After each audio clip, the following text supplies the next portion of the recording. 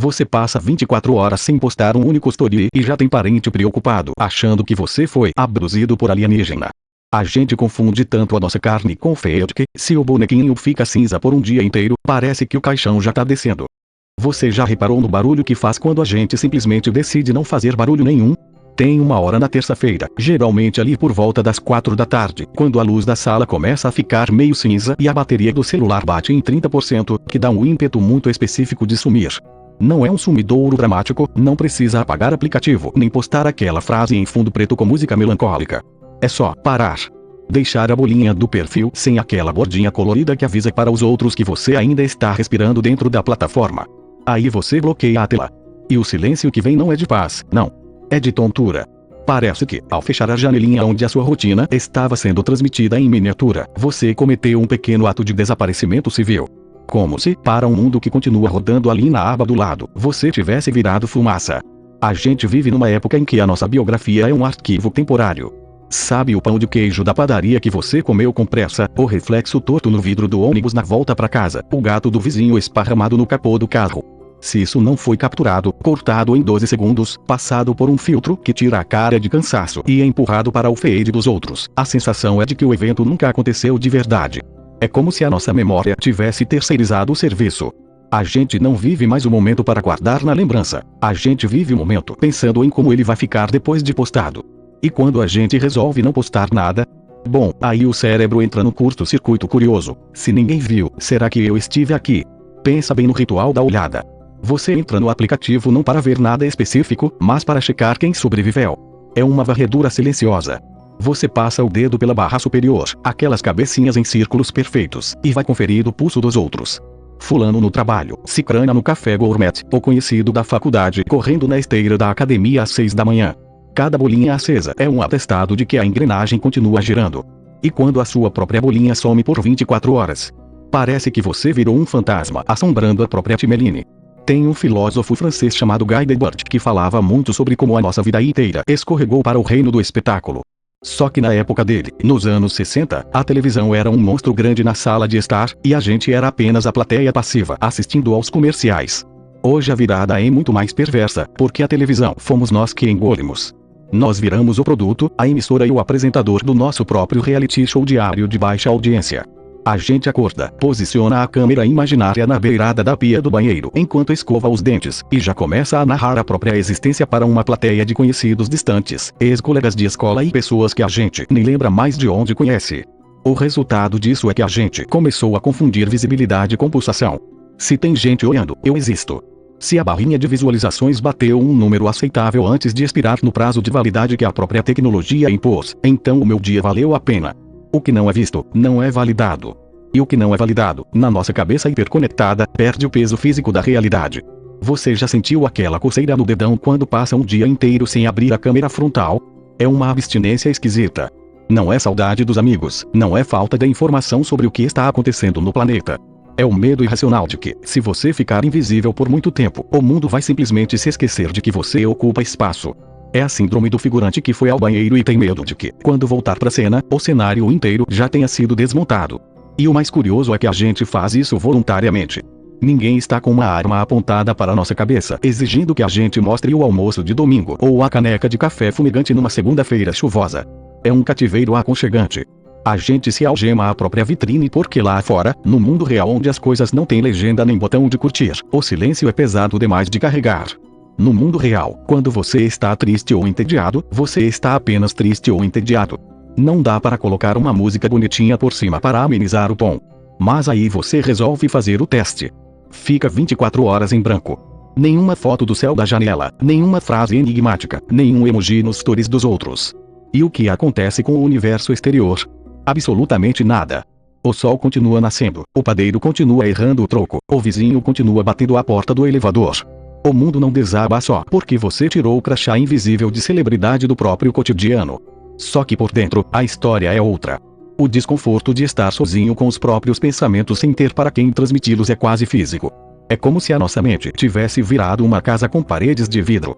A gente passou tanto tempo vivendo na vitrine que, quando a cortina finalmente fecha, a gente percebe que esqueceu como é a decoração de dentro da própria casa.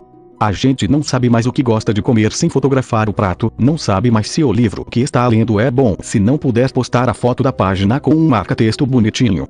O pensador dinamarquês Søren Kierkegaard falava muito sobre o desespero de não querer ser si mesmo, ou pior, do desespero de tentar ser o reflexo que os outros esperam que a gente seja. Ele escrevia no século XIX, muito antes da luz azul da tela do celular iluminar a nossa cara às 3 da manhã, mas parece que ele estava olhando direto para o nosso feed.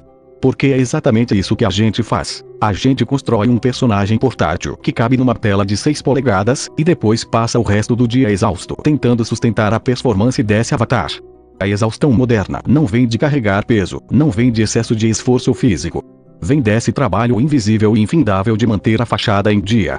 É o esforço hercúleo de estar sempre presente, sempre interessante, sempre com uma opinião espirituosa sobre o assunto da semana, sempre com a pele bem iluminada pela luz da janela. E é bem nessa hora que a gente precisa parar e olhar para o estrago. Porque quando o story expira e some depois de 24 horas, a promessa da tecnologia é a leveza. Veja, nada do que você posta é permanente, você pode ser livre. Mas a prática é o oposto exato. Como tudo some, você é obrigado a recomeçar a encenação do zero no dia seguinte. É Sísifo empurrando a sua própria irrelevância montanha acima, só que em vez de uma pedra pesada, ele empurra um pacotinho de dados efêmeros que daqui a um dia exato vai virar pó digital, e a gente continua aceitando esse contrato absurdo porque existe um medo primitivo, silencioso e muito bem treinado morando ali no fundo da nossa garganta. O medo de que, se a gente parar de emitir sinal por 24 horas, a nossa existência simplesmente caduca. É como se a nossa vida fosse um arquivo temporário do Word que precisa ser salvo a cada minuto, senão a luz acaba e a gente perde tudo o que fez. A gente tem pavor de virar estatística morta no algoritmo. Se ninguém te viu hoje, se ninguém riu do seu meme, se ninguém viu que você tomou aquele café com a xícara virada pro lado estético, será que você aconteceu de verdade?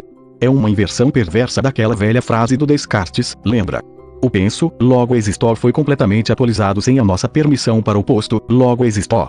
Se não tem registro fotográfico, se não tem o quadradinho colorido pulsando na bordinha da sua foto de perfil, a sua terça-feira foi anulada pelo sistema. Você virou um erro de gravação, um espaço vazio no mapa mundi. E o mais irônico de tudo isso é que, quanto mais a gente tenta provar que está vivo através das redes, mais a gente se afasta da consistência real da vida. É o paradoxo da vitrine. Sabe quando você passa em frente a uma loja chique no shopping e olha aquele manequim perfeito, com a roupa impecável, a luz direcionada valorizando cada detalhe do tecido? Aquilo atrai o olho, claro. Mas se você tentar morar dentro da vitrine, você morre de fome, de sede e de tédio em meia hora. A vida real não é feita de vitrine. A vida real é um depósito bagunçado, é uma gaveta de meia sem par, é a pia com um copo sujo desde ontem à noite, é o tédio genuíno de olhar para a parede branca da sala enquanto o feijão pega pressão na panela. Só que a gente tem vergonha desse caos ordinário. A gente acha que o ordinário é um defeito de fabricação nosso, que todo mundo na internet conseguiu resolver o enigma da existência e só a gente ficou preso na fase mais difícil do jogo. O filósofo francês Guy Debord, lá na década de 60, já avisava sobre a tal sociedade do espetáculo, mas nem nos devaneios mais pessimistas dele daria para imaginar que a gente ia pagar para ser o palhaço e a plateia do nosso próprio circo particular. Debord falava que a vida inteira das sociedades nas quais reinam as condições modernas de produção se apresenta como uma imensa acumulação de espetáculos. Tudo que era diretamente vivido se feneceu numa representação. E é exatamente isso que a gente faz quando abre a câmera frontal. A gente deixa de viver o momento para produzir a representação dele. A gente não toma mais o café, a gente encena a tomada do café. A gente não lê o livro, a gente fotografa a lombada do livro estrategicamente apoiada sobre a almofada de linho. E no fim do dia, a gente está exausto, não porque trabalhou demais, mas porque atuou o dia inteiro no papel principal de uma peça de teatro de um espectador só, que é o algoritmo. E o pior é que a gente sabe disso. Não é como se a gente estivesse sendo enganado por uma força maligna invisível. A gente sabe exatamente o que está fazendo. Tem aquele momento exato, todo santo dia, em que a gente percebe a armadilha. Sabe qual é? É quando você grava o story, olha o resultado, acha que a luz não valorizou o seu rosto, apaga, grava de novo, coloca um filtro sutil para disfarçar a olheira, escolhe uma musiquinha que passe uma vibe de estou bem resolvido com a minha solitude, e aí, bem na hora de apertar o botão de publicar, bate aquele segundo de lucidez feroz. Você se pergunta, para quem mesmo eu tô mostrando isso? E a resposta, quando ela vem crua, é devastadora. Você não tá mostrando para ninguém. Ou pior, você tá mostrando para um monte de gente que você mal lembra o nome, que tá cagando pras suas reflexões matinais, e que só tá passando o dedo na tela no piloto automático enquanto tá cagando no banheiro ou esperando o elevador chegar no térreo. É uma troca ridícula. Você entrega a sua intimidade, o seu silêncio, a sua paz de espírito em troca de corações vermelhos e foguinhos mandados por perfis fakes ou conhecidos distantes que você não vê desde a 8ª série. E mesmo assim, mesmo sabendo de tudo isso, a gente vai lá e publica. Porque o medo de ficar de fora, o medo de ser esquecido no limbo digital, ainda é mais forte do que a nossa vontade de ter paz. É uma dependência química muito sutil, porque ela não destrói o teu fígado, ela vai roendo a tua capacidade de estar sozinho com os próprios pensamentos. Tenta ficar uma tarde inteira sem olhar o celular.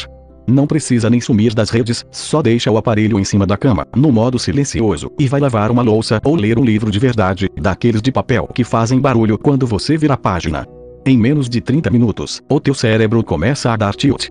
A mão coça. A perna balança. Parece que falta um pedaço do corpo, como se tivessem amputado seu dedo indicador direito.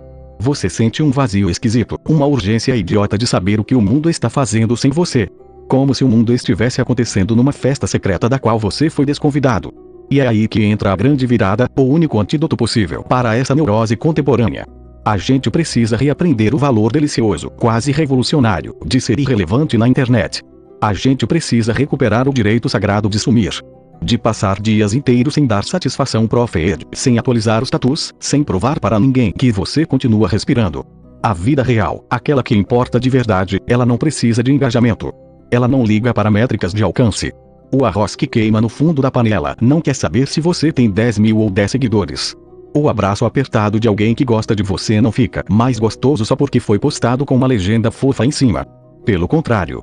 As melhores coisas da vida, aquelas que realmente salvam a gente dos dias ruins, são estritamente analógicas, silenciosas e intraduzíveis em picheus. Então, quer saber? Deixa o story expirar. Deixa o círculo colorido sumir da sua foto de perfil. Deixa o algoritmo achar que você foi duplicado por um OVNI ou que você mudou de país sem avisar. Quando a bolinha cinza e opaca tomar o lugar do seu perfil brilhante, o mundo não vai acabar. O sol vai continuar nascendo torto na janela, o vizinho vai continuar batendo porta no corredor, e você vai finalmente conseguir ouvir o som dos seus próprios pensamentos sem o chiado irritante da opinião alheia. É isso.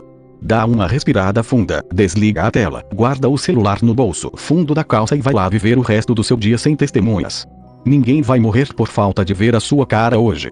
E, ironicamente, é só quando você some da tela que você finalmente reaparece para você mesmo. Obrigado por ouvir. Deixa o like, e não foi ChatGPT no piloto automático.